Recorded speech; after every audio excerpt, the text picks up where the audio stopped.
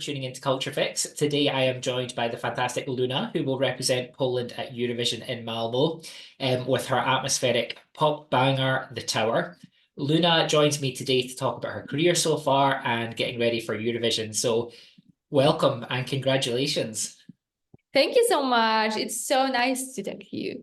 Well, this is quite early in the Eurovision process because we're still sort of 3 months till the contest. How are you feeling? Have the nerves 2 months. hit you?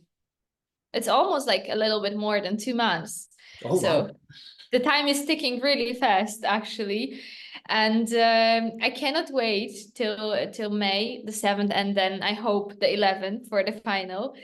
Now I just started to work on my staging, the whole staging concept idea and on the performance. So I'm super excited for this journey because we have a lot of work, but it's going to be amazing, I think. Let's go back to the moment you found out. Because obviously you submit your song and then I'd imagine there's a bit of a waiting process before you actually find out. What was that moment where you got the news that you were going to be representing Poland? So actually, it was like a huge surprise for me because I was having an interview with one of the journalists from television, and I was just like talking about my song, about why do I want to represent Poland in the future, about my chances, etc., etc. And they gave me like this kind of envelope, and I Yeah. opened it, and there was like a written Luna the Tower, the representative for Eurovision 2024 in Malmö. Amazing. So yeah, it was a huge surprise for me, and it was also a huge shock. I couldn't believe it actually. I was like, really, I had a blackout. Yeah, and then the tears came, and then I was so excited and so moved Yeah. with that situation. So it was like one of the best moments in my whole life. It was wonderful. And it's almost even nicer that it was a complete surprise to you. I think that moment is, pure emotion. Yeah, exactly. I also really love surprises, and actually it's hard to surprise me.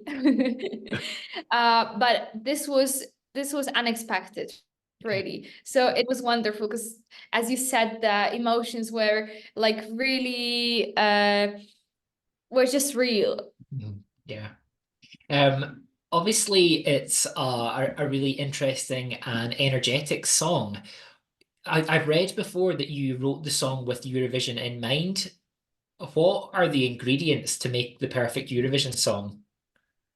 Nobody knows, actually. I think it's like a lottery because you never know what's gonna be like a banger or what's gonna like move all the hearts and just what the people will love. You never know that. But with the song for Eurovision, what I wanted to do, I wanted to create a song that's gonna be like very radio friendly, very like easy to remember and easy to sing along, because I think it's important that after like seeing the performance and listening to the song like for the first time, like in this 3 minutes, that you can remember the melody. I think it's very important. So that's why my song is like very positive vibe and very like poppy, radio friendly. But what I was also wanted to do, I wanted to create like a little bit more atmospheric and like maybe some kind of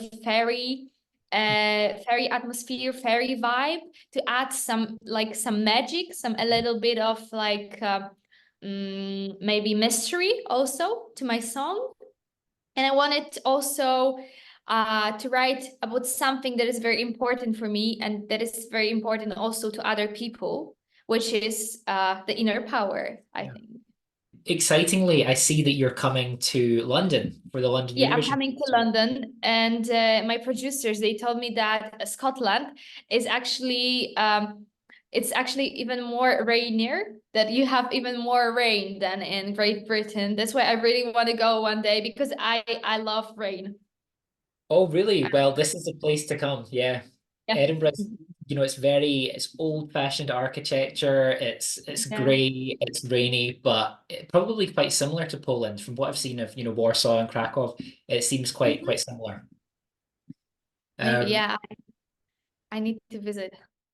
what do you want the audience to feel when they hear the song? I want to feel the audience, first of all, empowered, empowered to fight for themselves, for their happiness, and just to know their worth more. And second of all, I want to make them inspired like also for the same things, just to get to know yourself, get to know your worth and your inner strength, your inner power, and like get to know that actually we are all powerful. We all have a lot of power with ourselves. Find your inner strength. Yeah. Yeah, amazing. And I think that's is such a great theme for Eurovision, especially with all the, the issues going on in the world just now. You want people to feel positive and empowered and Yeah. escapism from all the kind of difficulties in life. Yeah, actually, my other songs that I used to create are much more darker, are like more in a dark vibe, like more electronic and witchy, maybe I can say. And with this song, with the tower, and with my Eurovision entry, I wanted to make something much more light Yeah. and like enlightening, like positive, warm, something also a little bit calming. I wanted Yeah. to just add some lightness into this contest. So with these themes in mind, have you got a vision for the staging yet? I know you can't say too much at this point because we're still quite early, but could you maybe describe the staging in like a few words? Yeah, I can tell that my performance will be a continuation to my video clip. Cool. So it's not gonna be like the same chess thing, but it's gonna be inspired by that, and it's gonna continue this theme and this like thoughts and ideas of the video clip. And there's gonna be a lot of power and movement in that performance. So. Exciting. The video was really impressive, and it's such a kind of high concept, well thought out video. How did that come about? Was it quite a collaborative process with your ideas and the director's ideas, or how did that become created? So actually, it was a very magical moment because I found a director that was born just one day after me. So Ah, it was kind of a perfect match, and we had like very similar aesthetics and visions, and we had similar ideas, which was great. But actually, the director suggested me to make like this chess theme in the video clip, because I was thinking more about something like fighting scene, something more like that. But he gave me this idea about playing chess, how it just mirrors the all the relationships that you go into, that you dive into in your life, and how you just play with different people and how they play you, and how it's important to find like the right place for yourself in this relationship, like on this like chessboard. So it's kind of similar. And uh, the most um, the most amazing moment while filming the video clip was when I was playing this chess game with an older lady, which is me in the future. So yeah, actually, I was sitting in front of myself, but in few more years yeah. later, and I just had to like win or lose with myself, and it was very moving and empowering at the same time. Yeah, it's a very special video. Um, the casting process when you're looking for yourself as, a 70, 80-year-old woman, do you think I'd like to look like that, so I'm going to go with this person, or or is it the director's choice? Of course, the actress, actually the model which was playing her, she's like the best model in Poland. So she's amazing. She's 92, I Wow. suppose. And she looks amazing. She looks stunning actually for that age. And also, yeah, I wish I could look like that. Very cool. Um, let's think about your earliest memory of Eurovision. Do you have a moment that you were watching the contest, maybe when you were younger, and you thought, I want to be up there? Yeah, I was watching Eurovision till I remember, actually. I was a huge fan, especially when I was a kid. But there was like one special moment I remember. I watched Eurovision when it was not that early, when Duncan Lawrence won the Okay. Eurovision contest. I was just really thrilled and moved by that performance. And that was actually the moment that there was a thought in my head. Maybe it's time for me. Maybe there's also a place for me in that contest. And it really inspired me. And I think like 2 months or like few months after that, the grand final of the Eurovision that Duncan won, I had an opportunity to meet him in person because Oh, he wow. came to Warsaw for a concert, and I had a chance to like speak to him for I don't know like a few seconds, but it was amazing, and I was really inspired by him as an artist and as a person. And since then, I think I was just creating a vision for Eurovision, and I was picturing myself being there already. So this was like this kind of special moment that I remember. The stars have aligned. Yeah, yeah. Have you listened to any of the entries from this year? Yeah. Yeah, I listen to maybe not all of them because every day a new song is getting Busy. released, but I listen to that, and there's a variety of so many like songs, like different styles, different aesthetic, which is amazing. And I cannot say which one is my favorite, honestly, because there's so many wonderful artists. Yeah, Yeah. actually, I'm so happy to meet them in person. I cannot wait for that. This can be like a combination of wonderful creative energy being Yeah. together there. And in the past, speaking to artists, it seems like the Eurovision experience really bonds artists together, and you get friends from it, and people that you can collaborate with. So I think it's a really rich artistic experience. Yeah, it is amazing that at the end it's not like a contest, but it's more like a celebration of music, like the unity of music. It's the theme is united by music, so we're all a huge family, and I think this is the best part actually of that we all love music, and we love each other and we support each other, and we're like all in this together. Yeah. Um, I know from reading about you, I could see and I could hear it in the sound of your music that Björk is a huge influence. And there's definitely these real, as we mentioned earlier, like ethereal and kind of magical elements to your music. Can you talk to me a little bit about those inspirations and what interests you in them?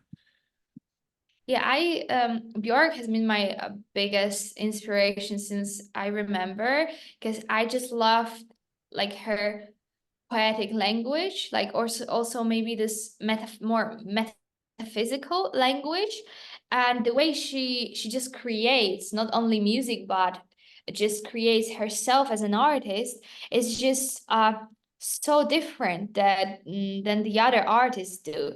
And she has for sure her own path, which is for me very inspiring and really amazing. She doesn't think like other people, which is great. I also really love Kate Bush. She's Okay, also a cool. huge inspiration for me because she's just like a beautiful fairy that came to this world and just came to give us some magic, some like warmth. Like her music is so heartwarming, which is wonderful. And I think in my music, in my songs, I want to give a little bit similar energy. I mean, my own energy, because I just have some inspiration, but I want to create my own energy for other people. But I want to give them a lot of freedom, a lot of warmth, a lot of brightness. Yeah. Amazing. And Kate Bush is such a huge influence to everyone. I think with the, her songs, when you listen back, and a lot of them, she was maybe like 13, 14 when she wrote them, and you think, when I was that age, I was at the park and I was causing trouble, but Kate Bush is creating these masterpieces. It makes you feel like, you're in the presence of greatness. Yeah, that's amazing. And maybe actually that's why in her songs you can actually hear a little bit of the inner child. I mean, when I listen to her music, I feel like my inner child is really healed and like hugged. Yeah, it is. It's Maybe comforting. that's the energy. Yeah, possibly. Let's finish up with getting to know Luna round. Nothing too tricky, but like maybe the first thing that pops into your head from kind of general questions. Yeah. So, your favorite film? My favorite film, Persona by Bergman. Oh, nice. Very done. The last song you listened to? The last song, Alien Superstar Beyonce, because today I'm dressed like an alien superstar. Do you have a hidden talent? The hidden talent. Oh my God. I don't know, maybe. I can write a song while sleeping because I'm a lunatic. I'm a sleepwalker. Oh, really? Yeah. And see, I'm not a sleepwalker, so it's quite an alien concept. So would you have a memory of the song when you wake up, or is it just kind of like, did I dream this or did it happen? Like, how does it work? Uh, every time it's different. But once I just woke up and I went through my phone through the voice memos, and there was like a song Oh, recorded. Like, I mean, not like a masterpiece song, but like a melody with some lyrics sleeping because I couldn't remember it at all. So wow, that's good. That's a real hidden talent. Um, yeah, and I can maybe okay, maybe not say like a hidden talent, but people say that I can read minds. um, your all-time favorite singer? Will be Kate Bush probably. Would you choose a banger or a ballad? This year I'm gonna choose the banger. What is your most underrated song that you maybe feel like, oh, I would love it if people who maybe discover me through Eurovision would go back and listen to this song? Yeah, there's a song called Fade.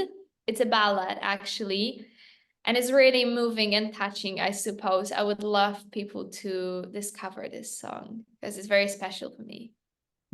What is your top travel destination? My top travel destination would be maybe Iceland, Reykjavik. I would love to go there. Yeah, it's lovely. And finally, any closing words to the UK audience? Any closing words? Yeah, Remember that we're the ones who hold the power, and I love you all. amazing, Bob. That's a really nice positive message to end on.